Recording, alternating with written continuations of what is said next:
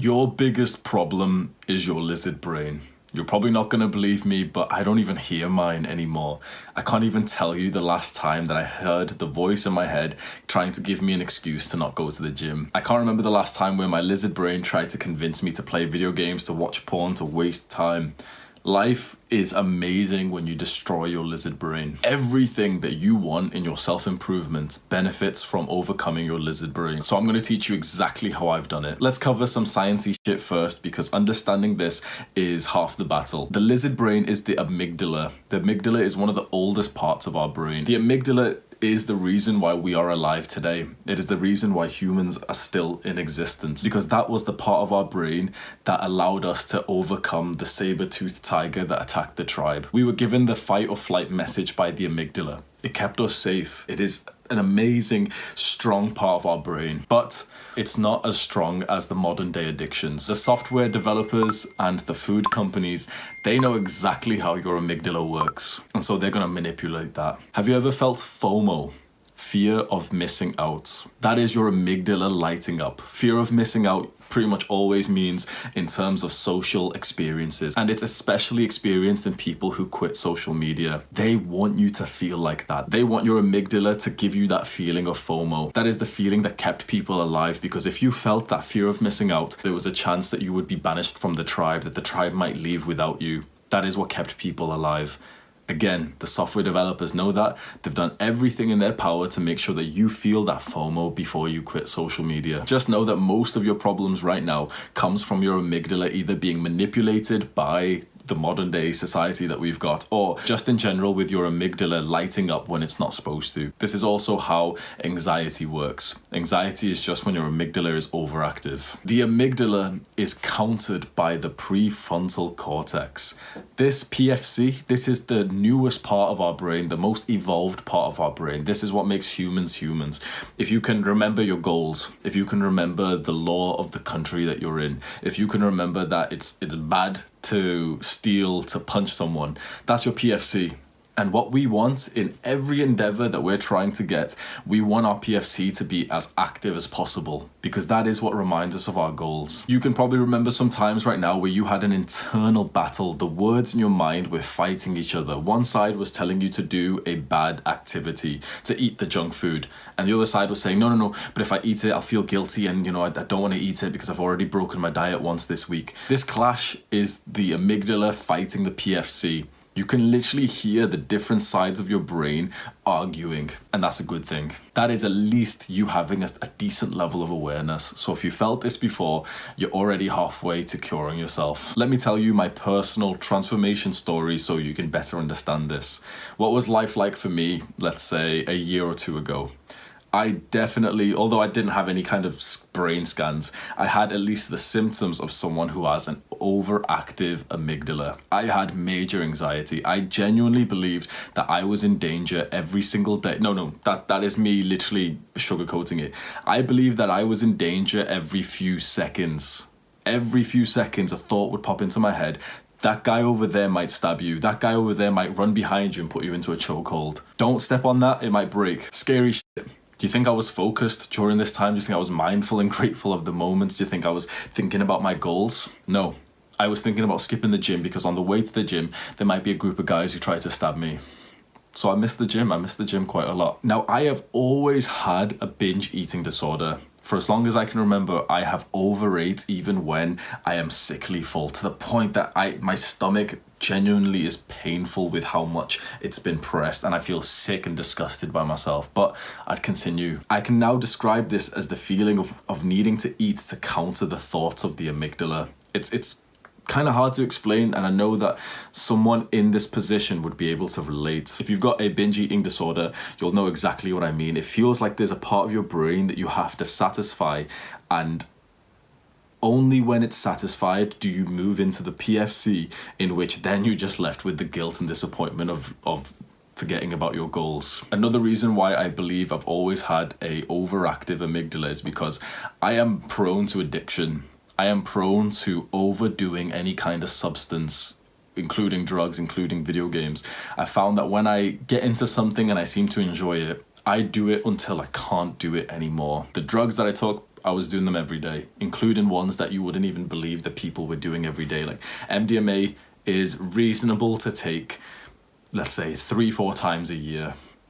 I was doing it twice a week. Weed, obviously a lot of people smoke weed, but I was smoking weed not just every day, but all day. I was waking up, smoking it, and smoking until it was bedtime.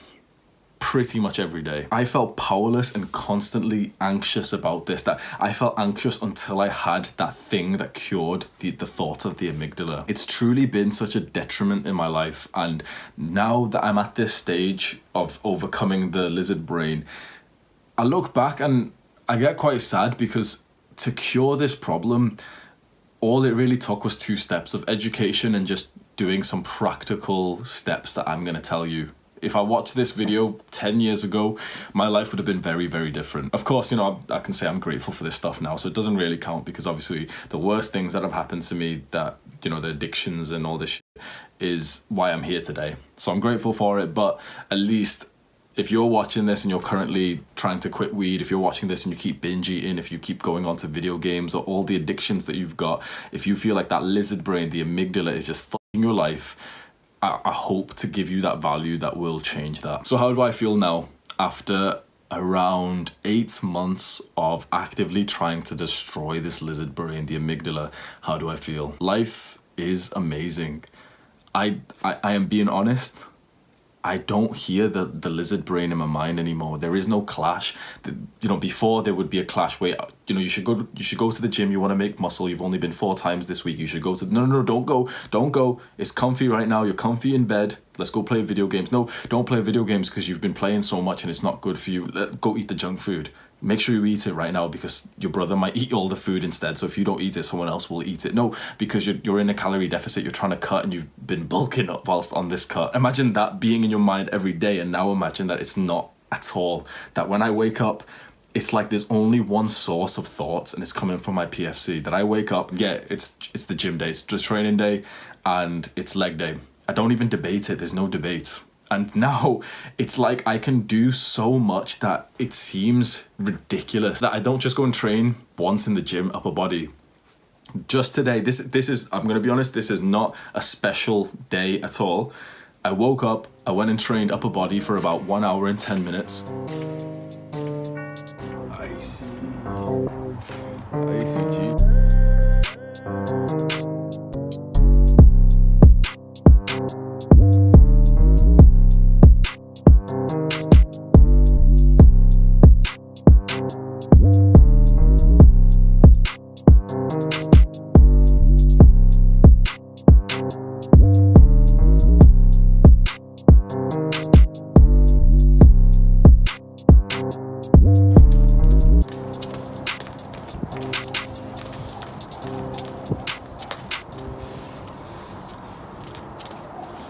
I then put on my gym rings. Let me show you. My gym rings bag, which has got quite a lot of stuff in. This bag weighs at least, let's say, 5 kilograms. That's probably even sugarcoating. It's probably a little bit heavier. 5 kilograms, and then I ran 4 kilometers with that to my gym ring spot, or 2 kilometers to my gym ring spot. Hit an hour of gym rings training. Here's a few clips as well. We also tried hitting the back lever for the first time, and this is what it looked like. Yeah.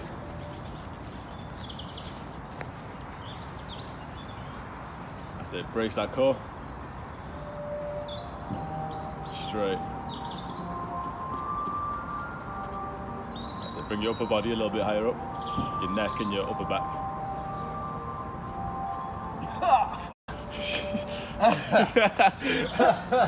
Like the king, go down my body like Illuminati, and you know that I be drinking, seem like rain, cause the breath by the stink from like a mile away, but the bars I'm like candy, you go down the sink. Keep your 2 pennies, ain't talking about paper. You waited. I said, hold that.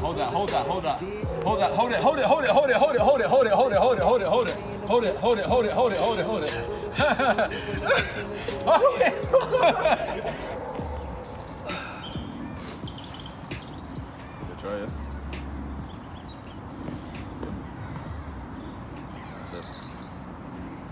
There, nice. Holy shit! What the fuck? Yeah, you talk about out here, man. Underachievers, man. You have? Right, yeah, go down, right? Then bring them back up. Squeeze, squeeze, squeeze, squeeze, squeeze, squeeze, squeeze, squeeze, squeeze, squeeze. Man, that is it, that is it, that is it. That is it. That's the line. It's arse, isn't it? That's the line, that is the line. Yeah, there's no doubt about that, man. That was intense, holy shit. Pretty sick. And then I ran another 2 kilometers back. This was first thing in the morning. So essentially I did 3 training sessions. The gym session, the weighted run, and the gym ring session. And I smiled through it. Genuinely, I smiled through it. It's like, it was obviously tough physically, but honestly, it was pleasant emotionally and psychologically. And this has never been the case before these last few months, where I've put all my intention into destroying this weak part of my brain. In a practical sense, that means that I don't think about eating the chocolate. There is literally 2 bags full of crisps and chocolate right there. I don't touch them. It's not even that, you know, that I've got the willpower. It's like willpower isn't even needed. It's like, imagine willpower being that debate between the PFC and the amygdala and the PFC winning.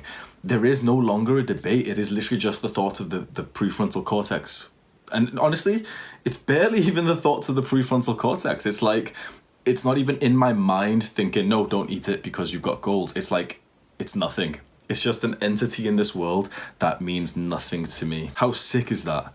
As someone, like, I want to be proud of myself here. As someone who has been a binge eater for all of his life, there is the stuff that I would binge eat right there, and it does nothing to me. Anxiety. This is probably the biggest part of this transformation. I genuinely had severe anxiety, and here is my mental health score when I took the NHS test. Now, I'm going to be honest, I don't completely believe that it would be exactly 0-0. It definitely is 0 for depression. I feel absolutely no depressive symptoms. But I'd say for anxiety, realistically, if, you know, on this scale of 0 to 20, I think I'd be around 4 or 5. The reason why my score is so low for anxiety on this test is just because I haven't really been in the situations much where anxiety would flare up. My anxiety always used to flare up when I'd be outside, and especially on public transport. Now, it was active in the house as well, but either way, you can see it's been a terrific progress, whether or not, you know, the scale is completely accurate or whatever, but a huge progress. My mind is so still that I don't feel like I'm in danger. How amazing is that?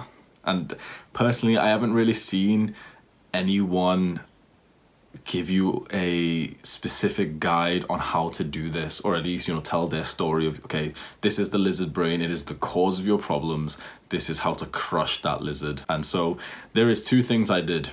You're already going to know what they are. Meditation, dopamine detox. Don't click away just because I said meditation. There's 2 types of people watching this.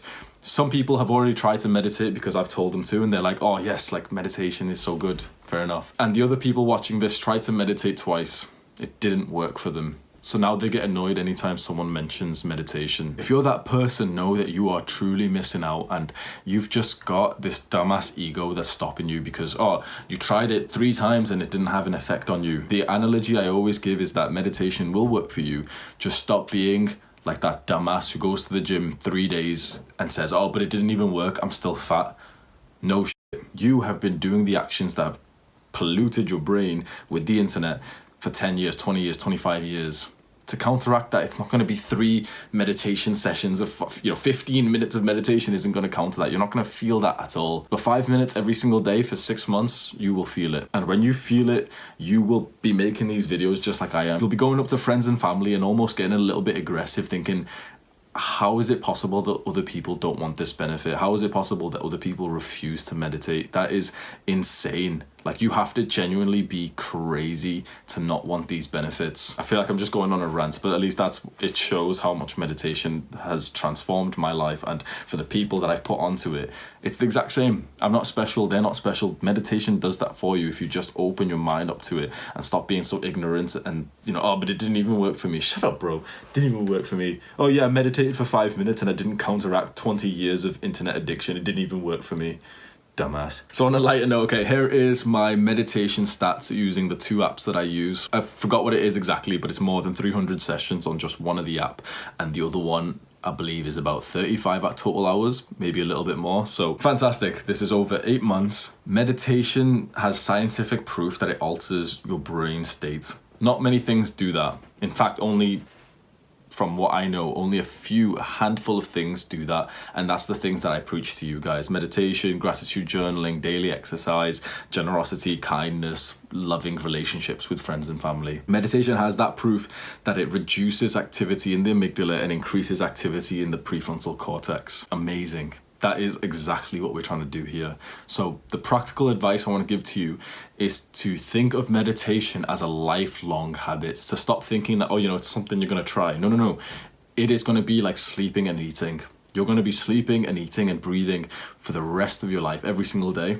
Well, I want you to now consider meditation as part of one of those baseline activities, the non-negotiable. Of course, you're going to be sleeping. Of course, you're going to be meditating part of your day. I want you to imagine being 65, still meditating every single day. That's all you got to do. 2 minutes a day, 1 minute a day. Just focus on that. Stop trying to think, oh, but I can't feel it. Yeah, it does nothing for me, bro. It does nothing. Shut up, bro. It does nothing for you. You've done it for like 2 weeks, or you've done it for like 3 sessions. Of course it does nothing for you. If you're watching my videos and we're a few minutes into this now, put your trust in me. Your brain, what you're hearing in your mind telling you that it doesn't work is literally the amygdala. Anytime someone tells me, oh, meditation doesn't work, that is your amygdala fighting against what would kill it. So stop listening to it. Start listening to my brain, because right now your PFC is too weak for you to even listen to it, for you to even hear it. So you've got to listen to the brain of someone who's put in more intention into this. And if I'm telling you meditation's good and you've been watching my channel and shit, literally what do I gain from telling you to meditate? Meditation is completely free. No one gains anything from you meditating. I wouldn't be recommending it if it didn't help. And again, it's got to be a daily effort. It's got to be something you try and do every single day, and you don't hold any kind of judgment. You practice a bit of stoicism, and you don't do it with the expectation like, oh, I hope to clear my mind of thoughts and shit. No. All I want you to do is just show up to practice. Stop thinking about clearing your thoughts. Stop thinking about, oh, does it work? It doesn't work, whatever.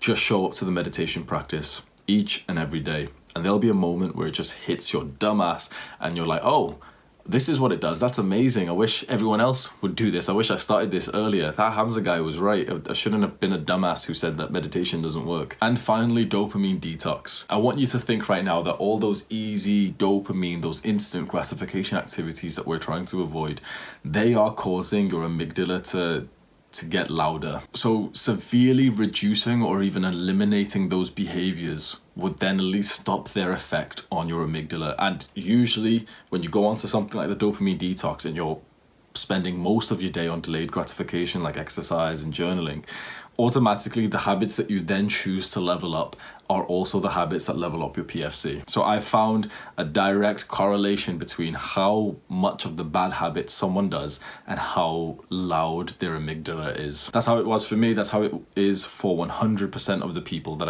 I've ever met in my life. So I think that this is a fact. These average bad behaviors, Netflix, video games, porn, YouTube, junk food, drugs, it strengthens your amygdala and it weakens your PFC. Do the opposite of that. Cure yourself of these addictions and hop on the dopamine detox. Not the clickbait version, not the 24-hour on a Sunday, like that's gonna do anything.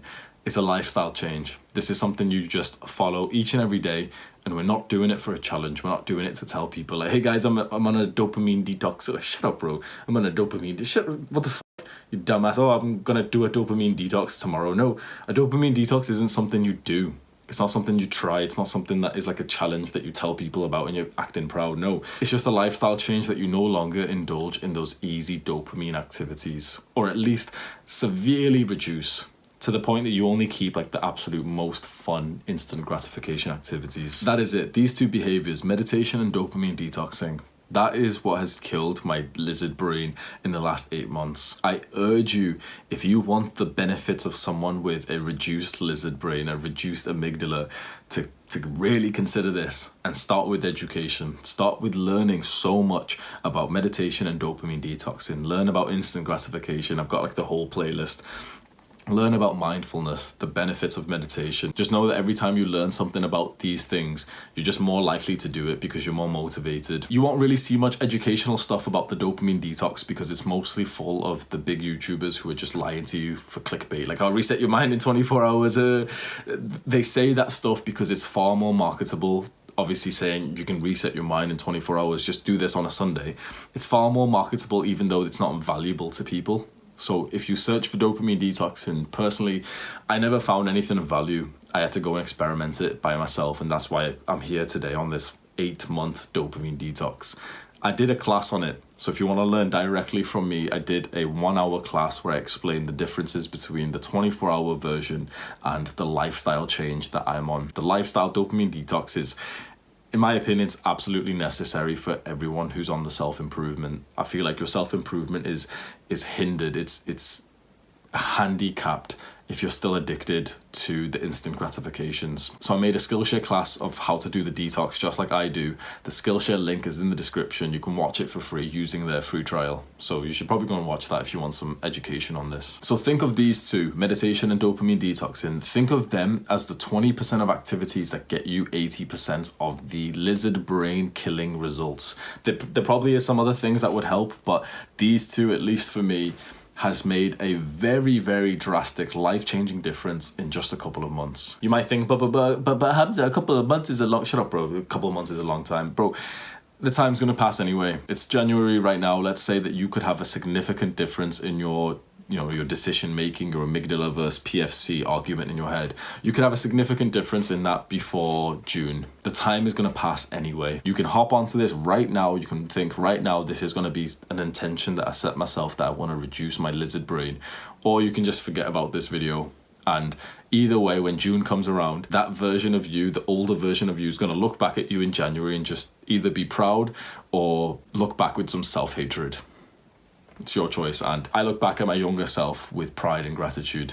It's a good way to be. I think you should try that. You can book a 30-minute call with me for free using the first link in the description. You can let me know what your main struggle is in life, and we'll have the chat, and I'll just give you my best advice for it. Go to that top link in the description now. If you like this video, and especially the topic of, instant gratification, the modern day addictions, ruining your brain and how to overcome that, then my channel's probably for you. My name is Hamza, and I do videos on young men's self-improvement. So if that's interesting, then turn on the post notifications and you'll get a message when I next upload a video. I have a restricted reading section email newsletter. I share the best posts that have gave me the most value. So if you're anything similar to me, these posts will honestly change your life. Every single Sunday, I just send the email out. You get a bunch of links and you get my analysis, my interpretation of what's been written on the Reddit posts. You can't really find these Reddit posts anywhere else because they get banned immediately. So you kind of need someone to send you the link. Once I send you the email, you'll know why. Go to the email newsletter link in the description to sign up to that. A playlist has just popped up on screen, Self-Improvement Essentials. If you like this video, then I think you'll find a lot of value in that. Click on it right now to watch it. Take care.